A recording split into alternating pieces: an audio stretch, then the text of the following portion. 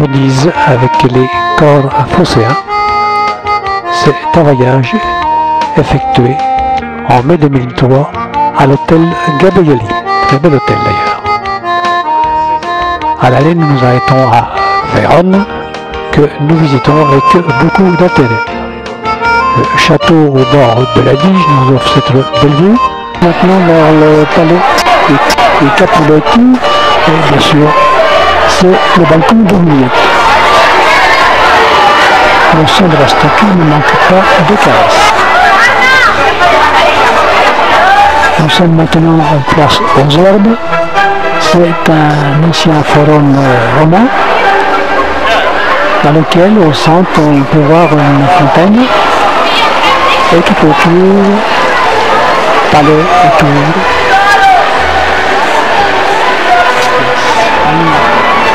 Architecture italienne très colorée.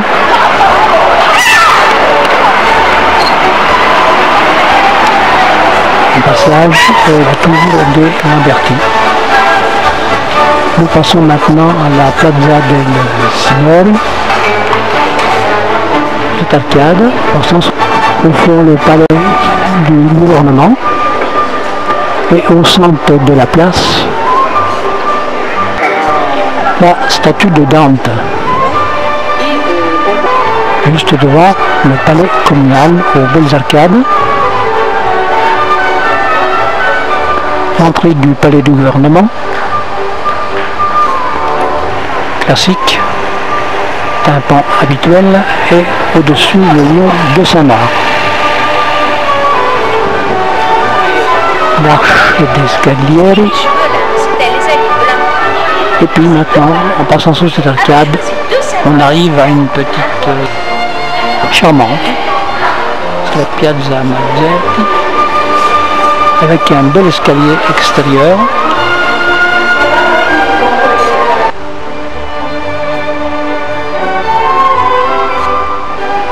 Et cette galerie à arcade.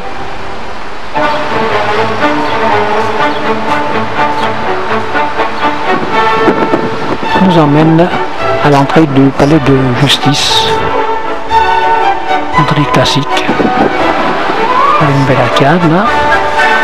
Et maintenant, nous revenons à l'arche des Scaglieri pour voir les tombeaux de cette famille,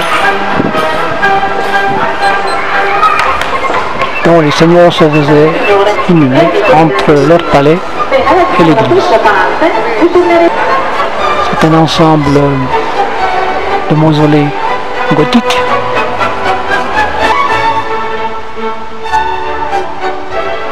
entouré d'une grille de fer forgé et avec l'écusson, le blason, l'écueil et surtout l'échelle, que l'on retrouve d'ailleurs dans le motif de la grille de fer forgé. Remontons place aux Herbes et par la ville, nous rejoignons les arènes, une des plus grandes du monde romain, pouvant accueillir 25 000 spectateurs. Elle remonte au 1er siècle.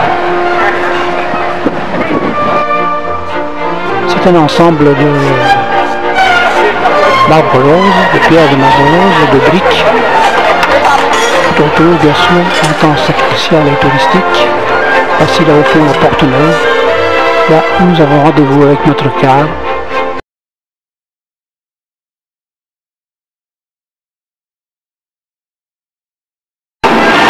Un bateau nous transporte rapidement jusqu'à notre hébergement en face, Isola San Giorgio. Nous contemplons de notre fenêtre. De l'autre côté, Santa Lucia, et voici le quai de Chiavoni. En bordure de la lagune se trouve notre hôtel Gabrielli. Demain matin, nous embarquons rapidement dans notre yacht. Regardez bien cette coquille de noix dans laquelle nous allons monter 40 personnes. C'est parti.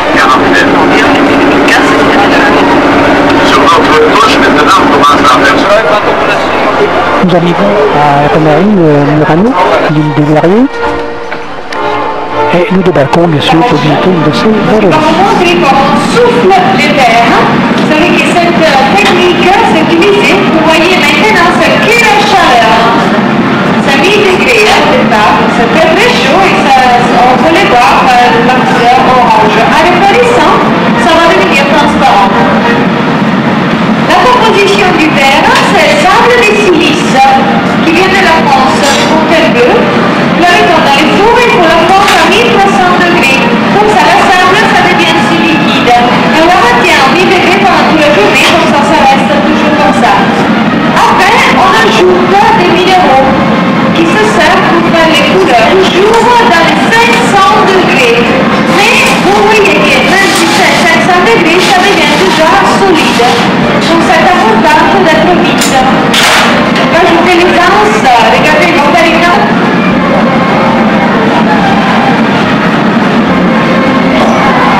C'est vite, hein?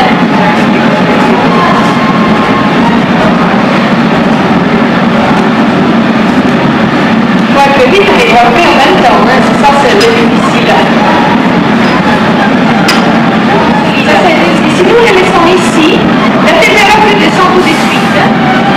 C'est beaucoup plus long pour la plante parce qu'ils ont besoin de 20 ans d'apprentissage pour devenir maître-ouvrier. C'est un peu long de travail. Regardez la sculpture, les amoureux, les sculptures faites qui maintenant se mettent dans les fours avec le lien.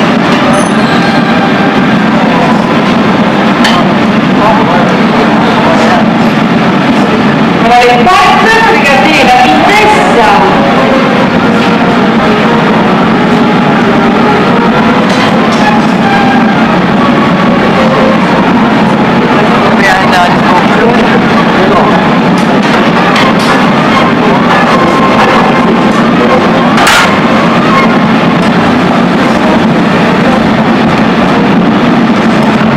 Le chevalier reste à dessus.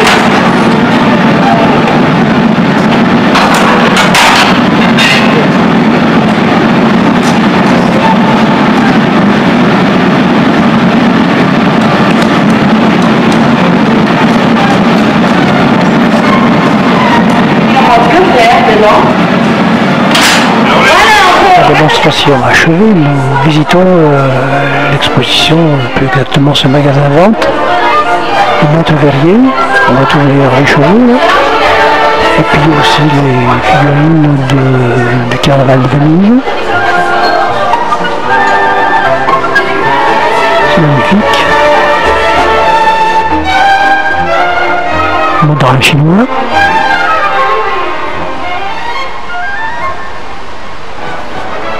Ces oiseaux, c'est une branche d'arbre cristal, la cigogne.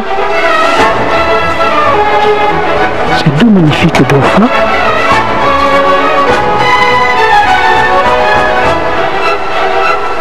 Et bien sûr des articles de table.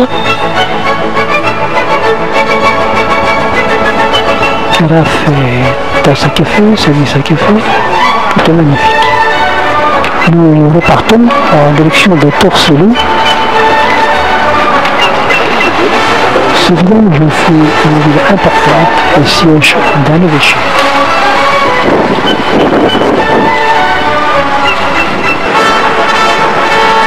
Maintenant, l'herbe pousse sur la plage du village.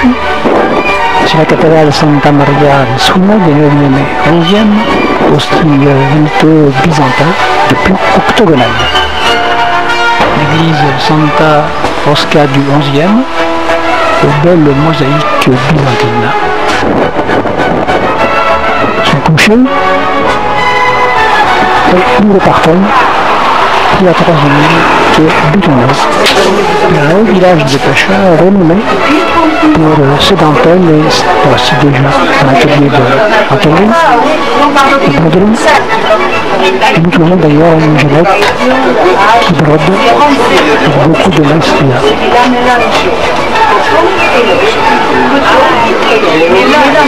Nous avons du mal à rouler la main d'œuvre. Les réalisations sont superbes. Cette nappe et ce chemisier que l'on voudrait bien offrir à celle que l'on aime. Tiens, justement, voici il y a à quelques mètres d'ici une autre intérieure. Et après ici, c'est elle de travail. La voie principale de Bourano, une des rares voies complètes de ce village, très coloré. Beaucoup de vent, des coins de beauté rare.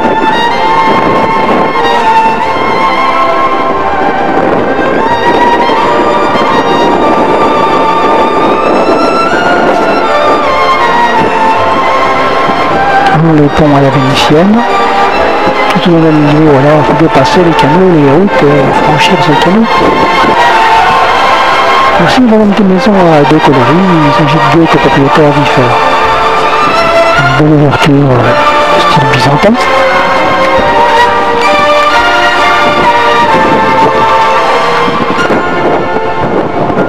Et on remonte vers notre flotte. Nous trouvons sagement amarré au quai. Un dernier coup d'œil sur le clocher de cette église qui est largement aussi penché que la tour de Pise, et nous repartons pour le déjeuner. Parcours est relativement long, toujours de la navigation.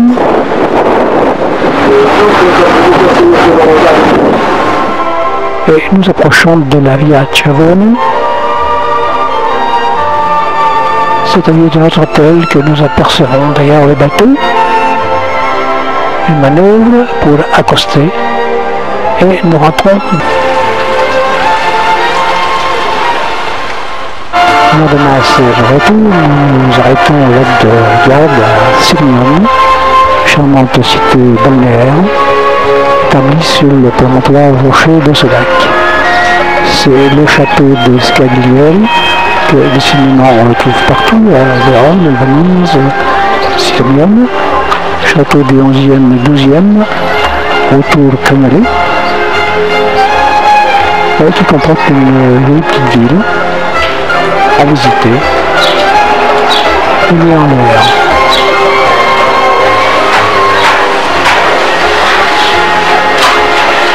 Toujours une ville italienne, colorée et ancienne. Celui qui est, c'est la cité balnéaire. On trouve le château et l'église.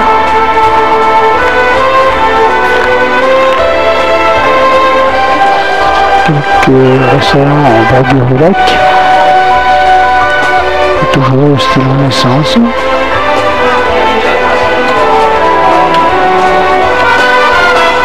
Un beau plan sur les tours Canale. Et puis voilà, nous quittons le lac avec dans la tête une dernière vue de ce joli site de Sirmione. Voilà, tout se termine. À notre tour rapide sur Nice, et 10 images plein la tête, avec ce petit